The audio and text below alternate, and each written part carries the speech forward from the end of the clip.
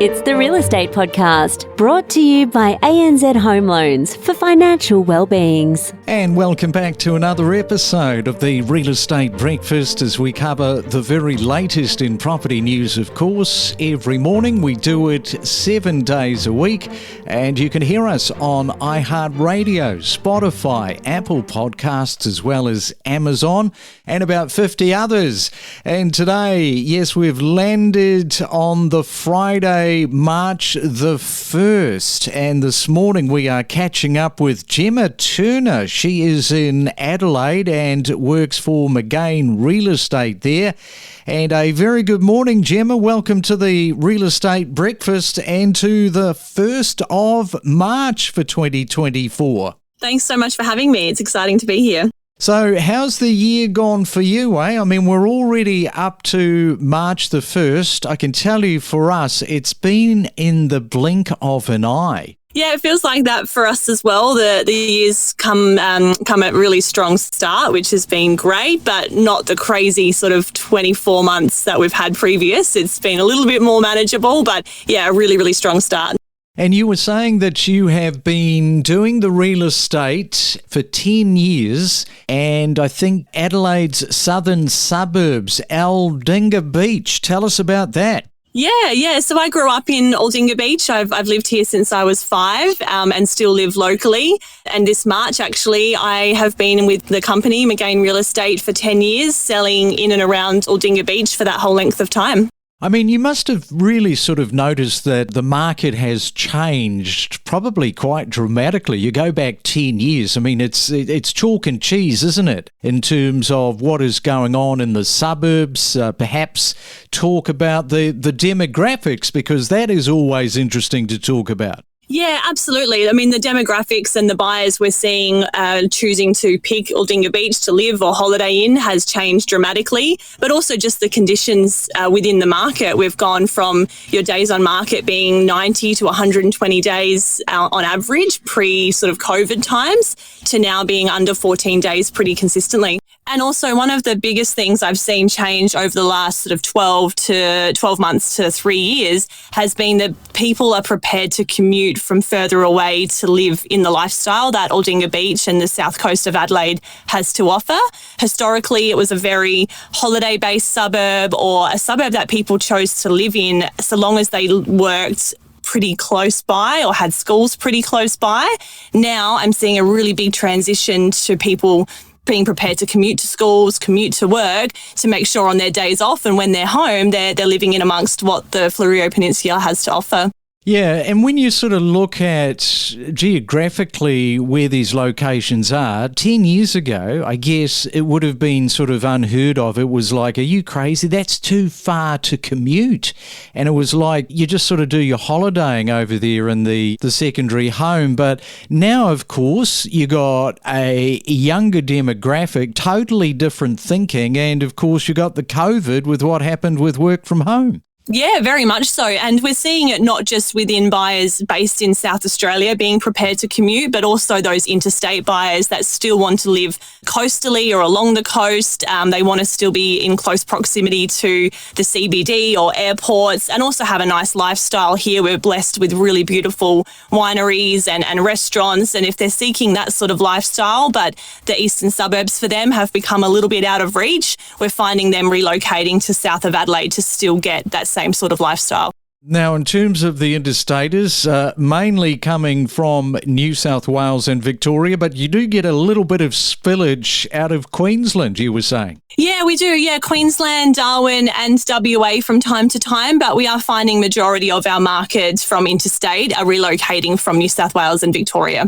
Yeah, I mean, bang for bang, it's just a completely different market. And we've been talking about the Adelaide market, you know, for the last couple of years. It has really been the standout darling performer. Yeah, very much so. And look, south of Adelaide specifically now has a lot of focus with, government spend and infrastructure. There's been a lot of focus on the north and the northern suburbs for quite some time. And during COVID, as we saw across the country, most states and most suburbs increased significantly in capital value. But there's certainly a lot now happening down south to hopefully maintain and continue to grow those prices. Yeah, and I want to ask you about the first home buyers, but we'll do that the other side of the break. We are talking to Jemma from Adelaide this morning. We'll do more property talk next after this. Decode the property market with insider knowledge and insights to better navigate your real estate journey on the Real Estate Podcast. And right now it's time for another 30-second property tip. We go to Hobart and we are catching up with Eddie Hugenhout. And good morning, Eddie.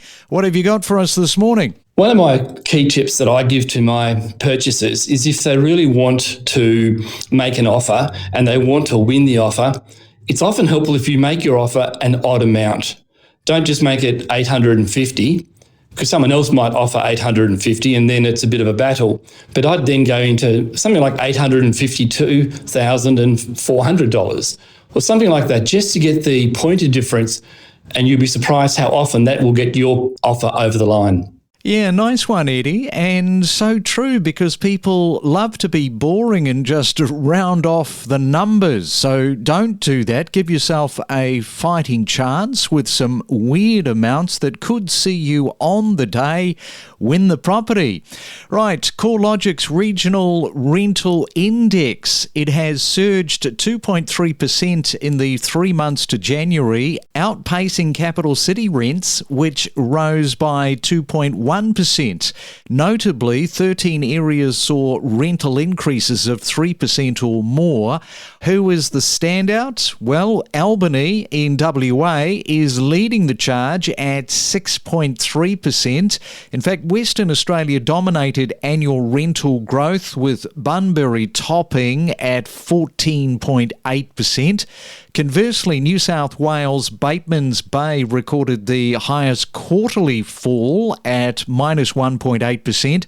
Mining hubs like Kalgoorlie Boulder boasted strong yields, while regional market performance in 2024, no doubt about it, is going to hinge on demographic shifts and local economies influenced by factors like remote work and infrastructure projects, which will all play a bit of a factor this year.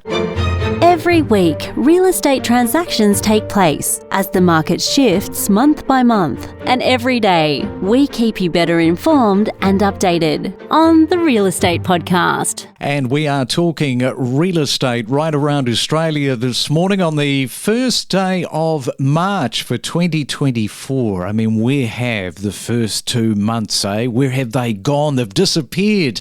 And the weekend is fast approaching. It's been another busy week for us. And we are catching up once again with Jemma Turner there in Adelaide. And Jemma, I want to ask you about these first-home buyers. What is happening in your market around this, particularly for 2024, and how much activity are you seeing? Yeah, look, Aldinga Beach and most of the south coast of Adelaide has always been quite popular for first home buyers. It's been more of your entry-level prices and against that lifestyle that a lot of your first home buyers are seeking. Through the last couple of years, with the whole state having significant amounts of capital growth, it's still meant that south of Adelaide offers really great bang for buck and value when first home buyers are considering all suburbs throughout Adelaide. And we're getting a lot of activity throughout the suburbs that I sell in, specifically from first home buyers. All right, so we've got the first home buyers listening to you this morning, Jemma. Why don't you throw up a couple of great suburbs that are good buying right at the moment for 2024 in your area? Yeah, look, a couple of suburbs that come to mind is Selix Beach. We'll start off there. That suburb offers really great value for money if you're looking for a full-size block, so 600 square metres or larger. You'll have slightly older homes if you're wanting to keep the price point a bit more affordable, but you're right on the beach and you've got beautiful big block sizes. As you come a little bit down the coast, Aldinga Beach is a suburb of almost 4,000 homes. So you'll have a lot of variety and a lot of options from the big blocks and the older homes right through to brand new homes on smaller allotments. Another suburb which is a little bit more inland, so you're not paying the price point of being on the coast, is Morphett Vale. That is the biggest suburb that we have in our council area. So again, it offers a really great variety of homes from townhouses and units right through to large homes on large block sizes. Okay, so that's great. Now, we were talking just yesterday about this PropTrack list. They compiled this top 10 list, which are the 10 cheapest beachside alternatives. We should really talk about this because there were 6 of them in the top 10 that were from South Australia.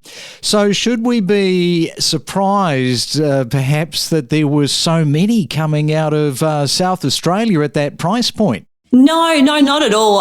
South of Adelaide, in my view, has been undervalued for quite a number of years. When you start to look at what our lifestyle offers, as well as the array of properties we have on offer. So it's of no surprise to me that there were a couple of southern suburbs that came in that list. And I think it's only a matter of time before they catch up to the rest of the market and probably won't fall on a list like that in the near future.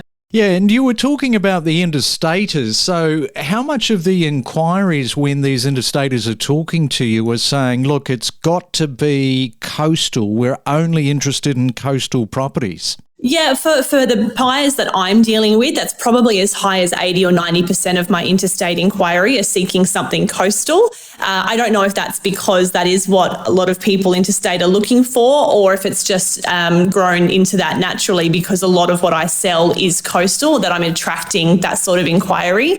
But yeah, look, as high as 80 to 90% of the buyers that I'm talking to are very adamant on having something coastal or something that offers a little bit more of a lifestyle property. So maybe a little bit more inland amongst the vines or with a view, but still within 15 to 20 minutes of a beach. Yeah, so if it's not coastal, it's lifestyle, I guess, because people are definitely after a little bit more land these days. If they're not right there at the coast, they're after something maybe an acre or two. Correct, yeah, and south of Adelaide has a lot of that on offer. We've got really, really gorgeous beaches, which you can buy a couple of acres and still be a 5 to 15 minute drive from the beach. Well, there it is. Once again, we're talking about Adelaide. It's all positivity. And Jemma, thanks for coming on to the Real Estate Breakfast this morning. Really appreciate your take on what is happening in the market. Good luck for 2024. Sounds like you're on a bit of a roll there where you are. And yeah, we'll talk again another time. You're welcome. Thanks for having me. Gain insights with exclusive conversations from real estate professionals about buying, selling and investing across Australia. With the government guarantee scheme, hopefully between $500,000-$600,000 getting into the property market. I mean, this is actually in the lane, isn't it? If you look at $533 for a beachside property. We're finding in our market a lot of the first home buyers are almost tapping out at that 600 to really take advantage of the government scheme. So a lot of the buyers are looking to further south and certainly towards some of these coastal options, which are really well priced. So great opportunity to get into your first home. And with the weather over here of late, it's been a bit of a heat wave. So, nothing wrong with going to work and coming home and being walking distance from the beach. It's a great option. We connect you to the best real estate information across Australia. The Real Estate Podcast.